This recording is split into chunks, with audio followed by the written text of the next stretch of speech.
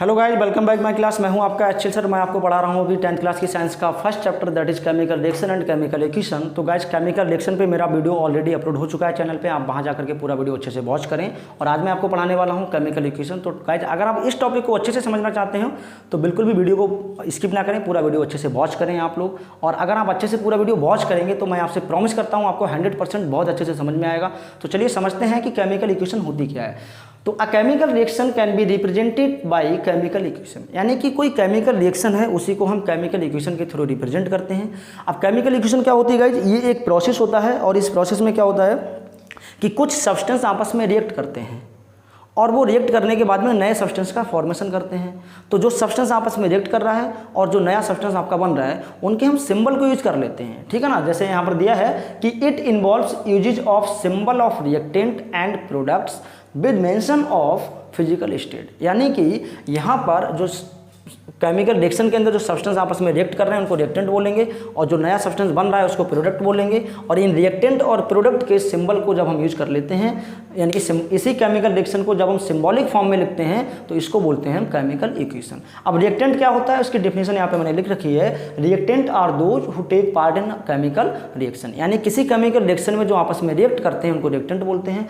Products क्या होते हैं बच्चों, the substance which are formed in a chemical reaction, और जो सब्सटेंस आपका नया बनता है रिएक्शन के अंदर उसको हम बोलते हैं प्रोडक्ट, ठीक है। तो इस रिएक्टेंट प्रोडक्ट को और केमिकल इक्वेशन को एक एग्जांपल की हेल्प से समझते हैं। Magnesium ribbon bond in air means oxygen gives us magnesium oxide. तो ये एक केमिकल रिएक्शन है क्योंकि यहाँ पर एक प्रोसेस हो रहा है। अब इसी प्रोसेस को हम इसके सिंबॉलिक फॉर्म में रिप्रेजेंट करेंगे, ठीक है ना। तो यहाँ पर देखिए मैग्नीशियम ऑक्साइड है एक आपका, सॉरी मैग्नीशियम रिबन है, तो ये हो गया मैग्नीशियम। अब मैग्नीशियम रिबन होता क्या है पहले ये समझ लो आप लोग। मान लीजिए हमारे पास एक पेपर पीस है, इसको हम क्या करेंगे रिबन की फॉर्म में बना लेंगे तो बन जाएगा पेपर का रिबन। यहाँ पर जो होगा वो मैग्नीशियम का रिबन होगा, तो मैग्नीशियम रिबन के लिए हम Mg यूज करेंगे। क्या लिखेंगे बच्चों, Mg, ये रहा Mg। और साथ में ये किसके साथ बर्न हो रहा है, ऑक्सीजन के साथ में, तो यहाँ पर लेंगे हम ऑक्सीजन। तो यहाँ पर कौन कौन से ऐसे सब्सटेंस आपस में रिएक्ट कर रहे हैं, यानी मैग्नीशियम और ऑक्सीजन आपस में रिएक्ट कर रहे हैं, इन्हीं को बोलेंगे रिएक्टेंट। और इन रिएक्टेंट, जब रिएक्टेंट आपके 2 या फिर मोर देन 2 होते हैं तो उनके बीच में प्लस का साइन यूज करते हैं। हाँ, अगर प्रोडक्ट आपके 2 या मोर देन 2 है तो वहाँ पर भी यहाँ प्लस का साइन यूज करेंगे। अब ये बना क्या रहे हैं, ये बना रहे हैं गिव्स अस मैग्नीशियम ऑक्साइड, तो हमको मिल रहा है यहाँ पे MgO यानी मैग्नीशियम ऑक्साइड। अब इनके बीच में क्या करेंगे, ये रिएक्टेंट हो गया, ये प्रोडक्ट हो गया, तो रिएक्टेंट और प्रोडक्ट के बीच में आप एक सिंबल यूज करते हैं जिसको हम बोलते हैं एरो।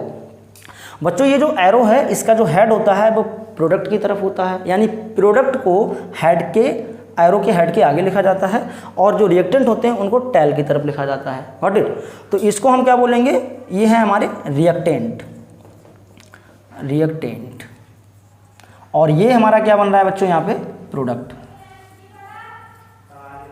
तो गाइस जो आपका रिएक्टेंट और प्रोडक्ट होते हैं इनके फिर आपको फिजिकल स्टेट भी दिखानी पड़ती है, क्योंकि यहाँ पर क्या लिखा है मैंने, with mention of physical state. तो फिजिकल स्टेट यहाँ पे कैसे आप दिखाएंगे, फिजिकल स्टेट होती क्या क्या है, एक आपकी सॉलिड होती है, एक लिक्विड होती है, गैस होती है और एक्वस होती है। तो सॉलिड तो आप जानते हैं जो हार्ड होते हैं, रिजिड होते हैं। लिक्विड आप जानते हैं कि जो सरफेस पे गिरने पे फ्लो कर जाए, जैसे ऑयल है अगर सरफेस पे गिरेगा तो फ्लो करेगा। वाटर हो गया, मिल्क हो गया है, या टी हो गई, कुछ भी हो गया। गैस आप जानते हैं जो एनवायरनमेंट में आसानी से फैल जाता है, क्योंकि इसमें क्या होता है, इनके मॉलिक्यूल्स के बीच में फोर्स ऑफ अट्रैक्शन बहुत कम होता है। लेकिन एक्वस का मतलब क्या था ये समझ लो। एक्वस का मतलब होता है बच्चों, जैसे कि कोई सॉल्यूशन है और उस सॉल्यूशन के अंदर 2 चीज़ें हैं। जैसे मान लीजिए एक शुगर ले लिया मैंने, शुगर आप जानते हैं ना, सब जानते हो। सॉल्यूशन जानते हैं, सॉरी वाटर।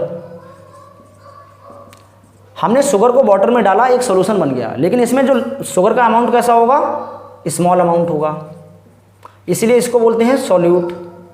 सॉल्यूट चलिए मैं इधर लिख दे रहा हूँ। जो शुगर होगा उसको बोलेंगे सॉल्यूट, क्योंकि सॉल्यूशन के अंदर जो चीज़ें होती है सॉल्यूट एंड सॉल्वेंट। और जो वाटर होगा आपका वो लार्ज अमाउंट में होगा, इसको बोलेंगे हम सॉल्वेंट।